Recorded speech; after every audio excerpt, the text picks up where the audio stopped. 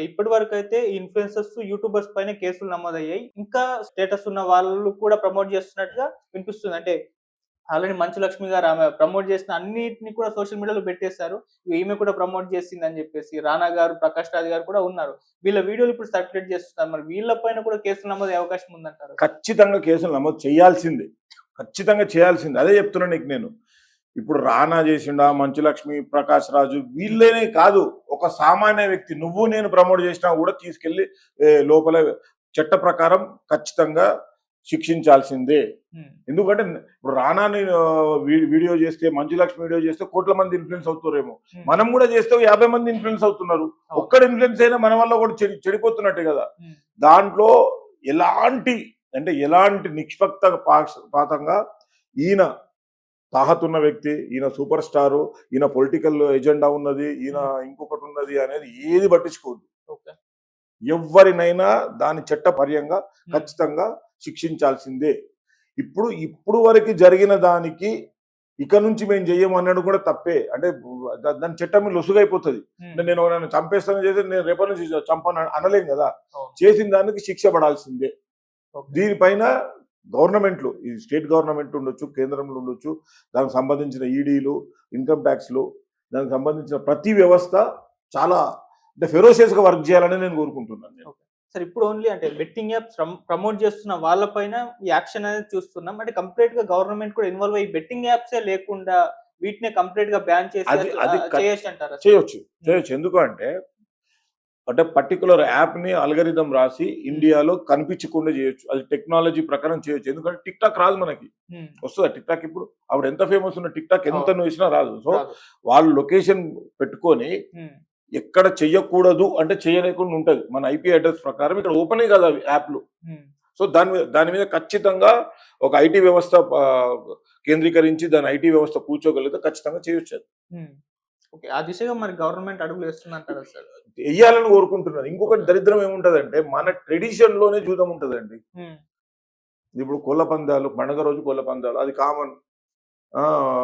మన దున్నపోతులతో దాన్ని ఏమంటారు, జల్లికట్టు. సో ఇలాంటివన్నీ పందాలు, బండ పందాలు, ఎడ్ల పందాలు, కోళ్ళ పందాలు, ఈ పందాలు అనే కల్చరు మన ట్రెడిషన్ లో ఉన్నది. సో అక్కడ దాన్ని వాళ్ళు ఇంతమంది ఏంటంటే నా గుర్రం గెలుస్తుందా, నీ గుర్రం గెలుస్తుందా, నా కోడి గెలుస్తుందా, నీ కోడి గెలుస్తుందా అనే దాన్ని పోయేసి నీది గెలుస్తా ఇన్ని కోట్లు ఇస్తా, నాది గెలిస్తే ఇన్ని కోట్లు ఇస్తా అనే దశకి మన కల్చర్ డెవలప్ అయ్యింది. ఈ బెట్టింగ్ అనేది వివిధ రకాలుగా వివిధ వ్యక్తులకు వివిధ రూపాల్లో అందుబాటులోకి వచ్చింది. ఇప్పుడు స్మార్ట్ ఫోన్ పట్టుకున్నోనికి మొబైలే అందం, ఊర్లో ఉన్నోనికి పండుగ రోజే దొరుకుతుంది. సో ప్రతి ఒక్కరికి ఎక్కడో ఒక బెట్టింగ్ దొరుకుతూనే ఉంది. అది ఎవడో ఇద్దరు బాక్సింగ్లు చేసుకుంటాడు, ఎవడో ఇద్దరు క్రికెట్ ఆడుతుంటే ఇక్కడ పందెం ఉంటుంది. క్రికెట్ లో ఏం నథింగ్, క్రికెట్ ఏం తక్కువ పందెం జరుగుతుంది అనుకుంటున్నారా మీరు? ఎవడో ఏ దేశమోడో ఆడుతుంటాడు, ఏ రాష్ట్రమోడో ఆడుతుంటాడు, ఇక్కడ మనం పందెలు కడుతున్నారు మన వాళ్ళు. సో ఈ పందెం అనే వ్యవస్థలో ఫస్ట్ ప్రజల్లో పెద్ద అవగాహన కలగాలి. దీనివల్ల నీకు జరుగుతున్న ఆర్థిక నష్టము, ఒక ఆర్థిక నష్టం వల్ల నీవు నీ కుటుంబము నీ భావితరాలు, ఇప్పుడు రేపు నీ పిల్లలు మంచిగా చదవాల్సిన పిల్లల్ని నువ్వు ఆర్థిక సమస్యలతో వాళ్ళని ఒక ఎడ్యుకేషన్ సిస్టమ్ లేకుండా, హెల్త్ సిస్టమ్ లేకుండా వాడిని ఒక రకంగా అన్నిటికీ దూరం చేస్తున్నావు.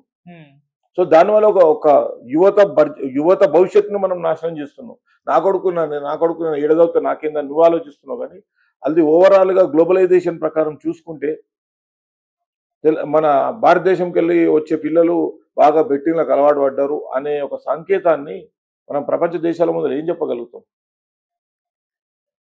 సో ఈ ఫ్రీ మనీకి అలవాటు పడొద్దు, ఫ్రీ మనీని ప్రమోట్ చేయొద్దు, ఫ్రీ మనీ అనే కాన్సెప్ట్లే తీయొద్దు ఫస్ట్ ఆఫ్ ఆల్.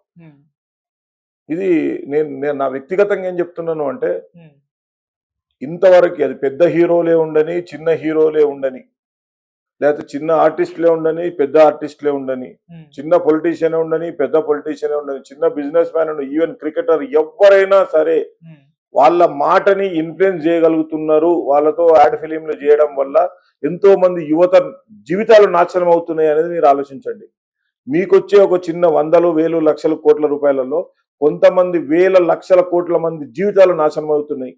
దీనిపైన ఆర్థిక వ్యవస్థలు, ఐటీ రంగము, ఈడీ రంగము, ఐటీ అన్ని రకాలుగా చర్యలు తీసుకోవాల్సిందే అని నా మనవి. నేనేం చెప్తున్నాను అంటే పర్సనల్ గా నాకు ఎవరిపైన శత్రుత్వం ఉండదు, కానీ రేపటి యువత భవిష్యత్తును ఆలోచించుకుంటే ఇప్పుడు చేసిన తప్పు వాళ్ళకు తెలిసి చేసినా తెలియక చేసినా వాంటెడ్లీ చేసినా డబ్బు కోసం అయితే చేసిరు వాళ్ళు. ఖచ్చితంగా ఏ ఇన్ఫ్లుయెన్సర్ కూడా ఫ్రీగా చేయడు. ఒక బెట్టింగ్ యాప్ ను ప్రమోట్ చేస్తున్నప్పుడు అది తప్పు అనేది 100% తెలుసు బ్రదర్. ఎందుకు అంటున్నాను అంటే బెట్టింగ్ లో డబ్బులు పోతాయి, అసలు దాంట్లో వేరే మోడలే లేదు. ఈ రోజు 10 రూపాయలు వచ్చినాయి అంటే 100 రూపాయలు పోనీకే మనం ముందుకు అంత అంకురార్పణ వేస్తున్నట్టే. కాబట్టి బెట్టింగ్ యాప్ లో వీళ్ళే కాదు, ఇంకొంచెం రీసెర్చ్ చేసి ఇంకొంచెం ఇన్వెస్టిగేషన్ చేసి దీనికి కర్త కర్మ క్రియలు ఉంటారు, ఆది ఆర్టిస్టులు అంటే ఆది నుంచి వచ్చిన ఆర్టిస్టులు అందరూ. సో వాళ్ళను కూడా పట్టుకోవాలి ఫస్ట్ మనం. సో వాళ్ళను ఇన్ఫ్లుయెన్స్ ఎంత చేసారు మీరు. ఇప్పుడు ఒక 20 years back 25 years back single number lottery అనేది ఉండేది. అప్పుడు మనకి ఫోన్ నెంబర్లు ఇవి లేవు కదా. ఒక నెంబర్ కోసము జీవితాలు తగలబెట్టుకుంటున్నారు. మట్కా, జూదము, గ్యాంబ్లింగు, ఈ పేకాట, ఇవన్నీ వాళ్ళకి ఎట్లుంటది అంటే ఒక కొన్ని రోజుల తర్వాత సైకిక్ అయిపోతారు. వాడు తిండి తినకున్నా లేకున్నా పర్లేదు, ఒక 100 రూపాయలు వచ్చినాయంటే ఒక పోయి లాటరీ కొందాం అనుకున్నాడు. సో దానికి అంత మత్తు కంటే కూడా డ్రగ్ కంటే కూడా భయంకరమైన వ్యాధి ఇది. ఎందుకంటే ఇవన్నీ ఆర్థికంగా ఒక వ్యక్తిని నిర్దేశిస్తున్నాయి కాబట్టి ఇలాంటి పనులు చెయ్యడం అనేది జీవితం నువ్వు directly you are spoiling your life to how you are entering it to the betting apps, whatever this gambling things. So who are influenced you? ఇంత జరగడానికి నేను ఇన్ఫ్లుయెన్స్ ఎవరు చేసారు అంటే ప్రముఖ తారలు, ప్రముఖ యూట్యూబర్లు, ప్రముఖ బిగ్ బాస్ విన్నర్లు, ప్రముఖ ఎవరో. సో వీళ్ళకి ఖచ్చితంగా తెలుసు కదా అది యాపే, బెట్టింగ్ యాప్. ప్లే రమ్మీ అని ఉంటుంది, అది యాప్ కదా. ఇప్పుడు అరే దీనికంటే దరిద్రం చెప్తాను, చాలా మంది చెప్తున్నారు మీరు వెయిట్ తగ్గాలనుకుంటున్నారా అంటాడు ఒకడు. అన్న తర్వాత దాంట్లో నుంచి వెళ్తే మళ్ళీ ఒక బెట్టింగ్ యాప్ క్రియేట్ అవుతుంది. మీరు ముఖం నల్లగా ఉందా, దాంట్లో నుంచి వెళ్తే ఇంకొక దానికి డబ్బులు కట్టారు. మీరు 500 రూపీస్ కట్టండి. ఇప్పుడు మీ అన్ని వాడు ఒకటి ఎడుతూ కిందికి వెళ్ళిన తర్వాత వాడు వచ్చిన తర్వాత మీరు 1000 రూపాయలు కట్టండి అని indirectly the forcefully they are entering into that. నేను ఇప్పుడు ఇది కాదు బ్రదర్, ఇంకా ఇలాంటి దాంట్లో ఒక ఆర్టిస్టులు, మన సినిమా ఆర్టిస్టులు దరిద్రులు, వాళ్ళు సర్జరీలు చేసుకొని పొట్టలు తగ్గించుకున్నారు చాలా మంది. నేను క్లియర్ కూడా చెప్తాను, సర్జరీలు చేసుకొని పొట్టలు తగ్గించుకొని వచ్చి వాడు స్లిమ్మింగ్ సెంటర్కి యాడ్ ఇస్తాడు, నేను ఇక్కడ చేరినాను కాబట్టి పొట్ట తగ్గింది. వేరేనికి ఎందుకు తగ్గుతలేదు ఆడ పొట్ట. సో ఇలాంటివన్నీ ఆర్థిక నేరాలే. సో ఒక నిజాయితీగా నువ్వు యువతను ఎక్కడ ఎడదో పట్టిస్తున్నావు, నీ దగ్గర నిజాయితీ లేదు అన్నప్పుడు you are a criminal. Betting యాప్లు, అడ్వర్టైజ్మెంట్లు, యూట్యూబ్స్, సోషల్ మీడియాలో ఏవి జరిగినా దాంట్లో చట్ట వ్యతిరేక పనులు ఎవరు చేసినా, తెలిసి చేసినా తప్పే, తెలియక చేసినా తప్పే. నీకు తెలుసు అక్కడ తెలియదు అనేది అంత అజ్ఞానులు గారు కదా వీళ్ళు. వీళ్ళకి వచ్చే చిన్న అమౌంట్ల కోసం కొన్ని కోట్ల మంది జీవితాలను బలి చేస్తున్నారు వీళ్ళు. ఇంకోటి కూడా అంటే నేను social media first of all ఏం చేస్తున్నది అంటే తాహత లేని వాళ్ళని కూడా సూపర్ స్టార్ చేస్తున్నారు. తాహతను తప్పనట్లేదు నేను. వాడు హర్ష అంటాడు, వాడు డబ్బులు వంచుతూనే ఉంటాడంట. వాడు డబ్బులు ఎట్లా వస్తున్నాయి అని క్వశ్చన్ అవనికి రాదు.